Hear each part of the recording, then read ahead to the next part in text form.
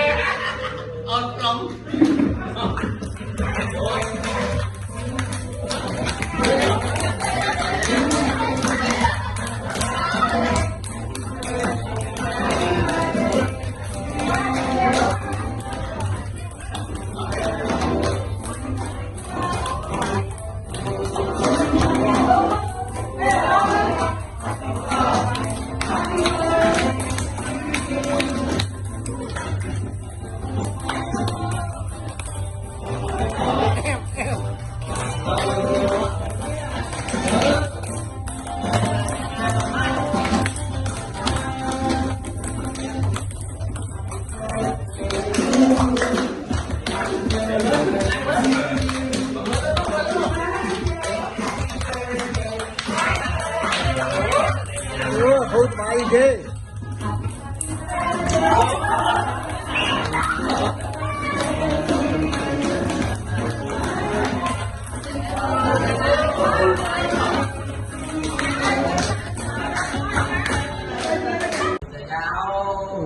Ôi.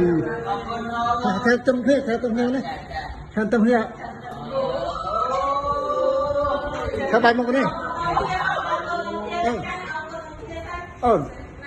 Bài nó mới thế nào?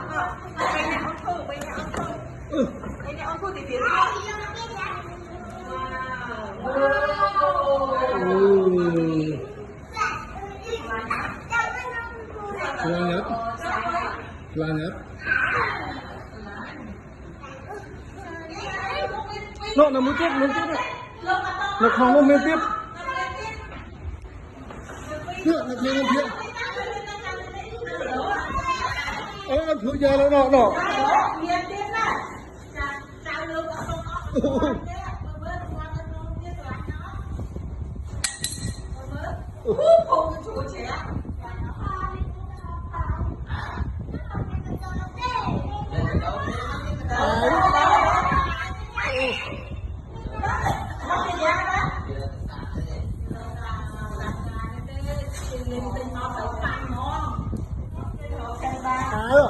trên ai rồi?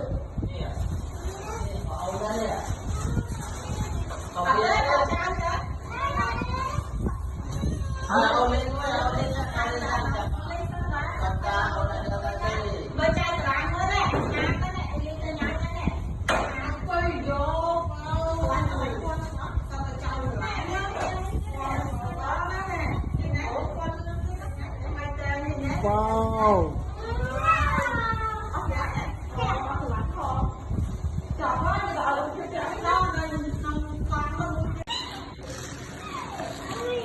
Tiền em thích?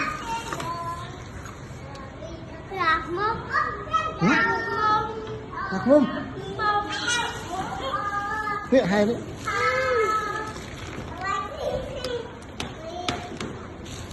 Wow.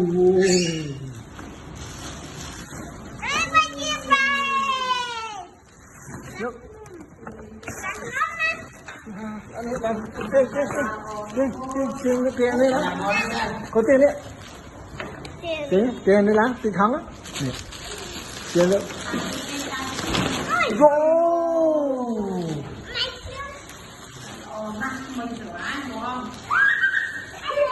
không hai tụng nó ngon lạ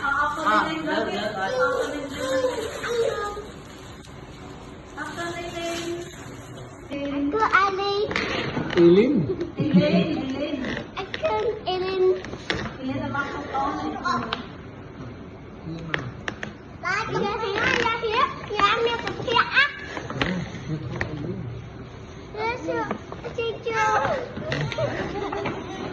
Bye bye. Bye bye. Aku xem. Aku xem y.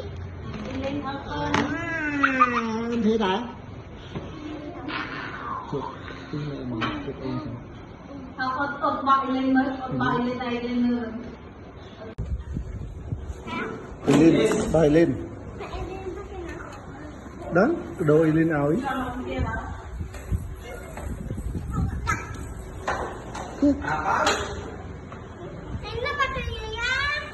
Chả? Nó ấy, bác để giá Ilin tên áo ấy. Từng cái đôi cô nó. Có con Ilin hả? Đó, có con Ilin không? Trời, cái đôi Ilin áo ấy. Chùi cô nữa.